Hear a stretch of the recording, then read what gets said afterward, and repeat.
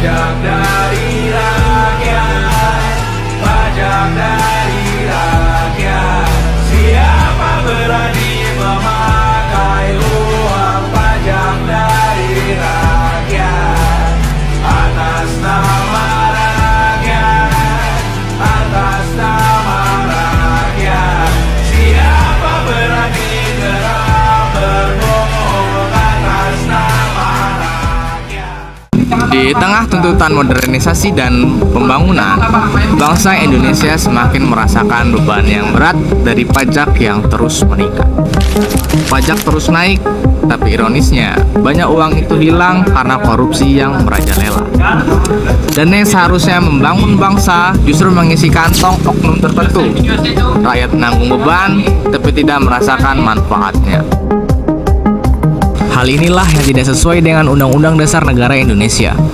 Dan hari ini kita akan membahas tentang hal itu yang berlandaskan langsung pada alinea 4 pembukaan UUD 1945 yang membahas tentang pelindungan hak asasi manusia, kesejahteraan rakyat, serta peran negara dalam mewujudkan keadilan sosial. Dan video ini diwujudkan untuk menyelesaikan tugas yang dimana tugas ini diberikan langsung oleh Bapak Dosen Tirta Gautama SHMH selaku dosen pengampu pada pendidikan Pancasila. Bersama saya Ridho Abdul Aziz dengan nomor NPM ujung 54. Meski tingkat kemiskinan menurun, ketimpangan antara penduduk kaya dan miskin justru meningkat. Teknologi masih ada sekolah di pedalaman Kabupaten Kupang, Nusa Tenggara Timur yang bangunannya tak layak sebagai tempat belajar. Ketimpangan ekonomi yang terus meningkat menjadi permasalahan penting yang memengaruhi pertumbuhan ekonomi nasional. Kini Indonesia menempati peringkat keempat di dunia. Apalagi gelombang pemutusan hubungan kerja atau PHK yang banyak dialami oleh warga kategori miskin dan rentan miskin pada saat pandemi COVID-19.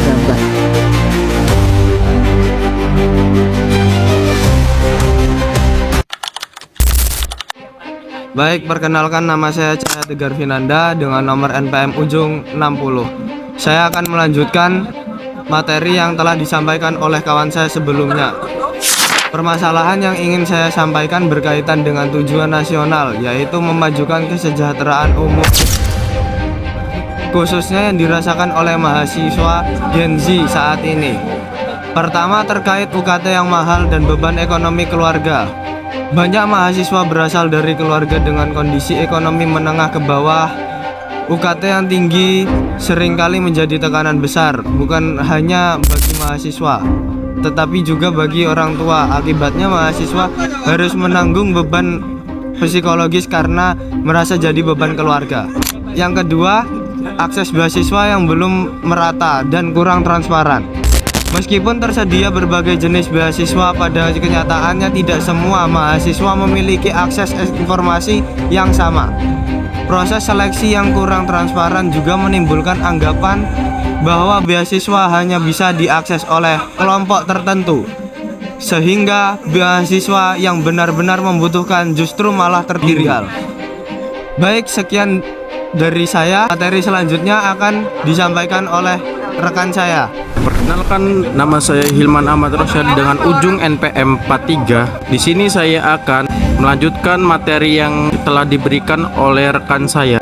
Saya akan membahas materi permasalahan pada tujuan mencerdaskan kehidupan bangsa, yaitu permasalahan Gen Z saat ini adalah budaya instan, mahasiswa yang mengopi paste, AI disalahgunakan, minim literasi akademik. Yang kedua, rendahnya literasi kritis dan digital, mudah termakan berita hoaks. Yang ketiga, fokus pada nilai IPK tetapi lemah pada karakter, etika dan tanggung jawab sosial. Terima kasih. Baiklah, perkenalkan nama saya Biliam Hasbid dengan NPM 254300053. Di sini saya akan menyampaikan materi pada poin alinea keempat, ikut melaksanakan ketertiban dunia.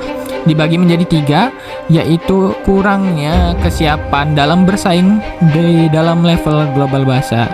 Banyak mahasiswa Gen Z belum bisa bersaing secara internasional baik dari segi kemampuan bahasa asing, mental adaptif, maupun keterampilan global seperti komunikasi lintas budaya dan berpikir kritis. Kondisi ini membuat peluang global yang tersedia belum bisa dimanfaatkan secara aktif oleh pemuda ataupun pemudi di Indonesia.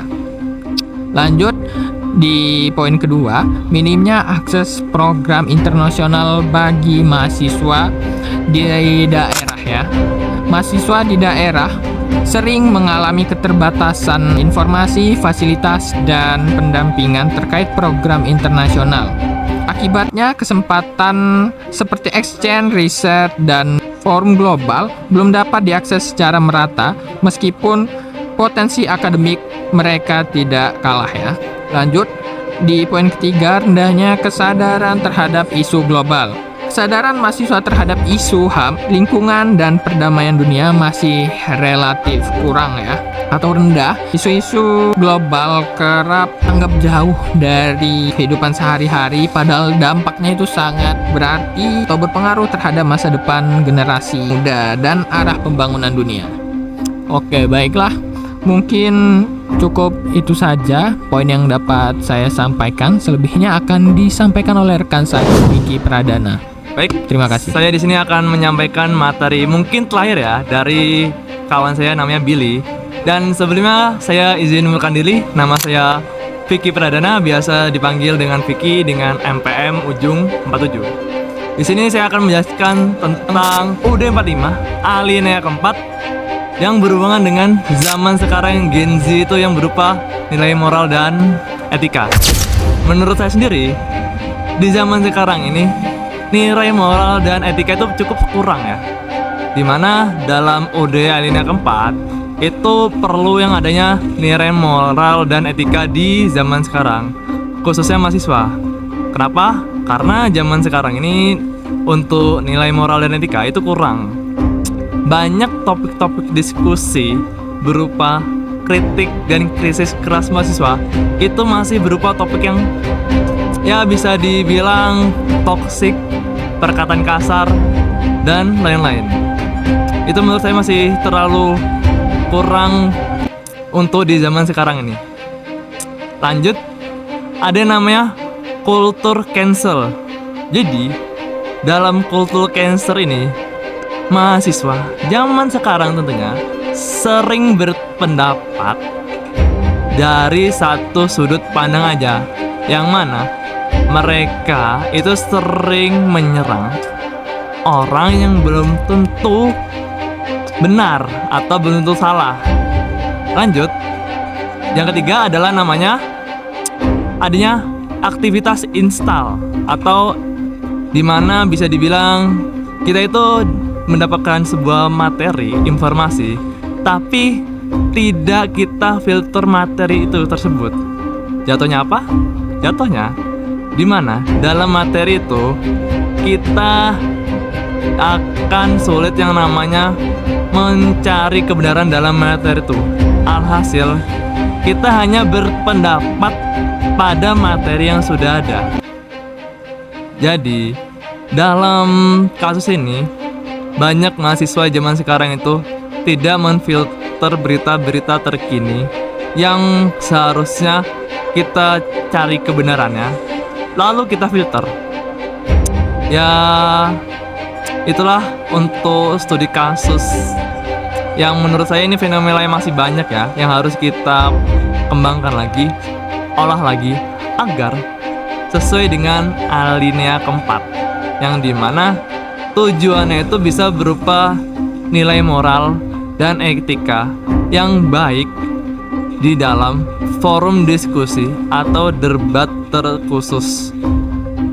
Sekian dari saya. Bila ada salah kata, saya juga mohon maaf. Namanya juga manusia, dan saya mohon maaf kepada Allah Subhanahu wa Ta'ala. Sekian dari materi yang kawan-kawan saya sampaikan dan saya sampaikan. Kami tutup. Wassalamualaikum warahmatullahi wabarakatuh.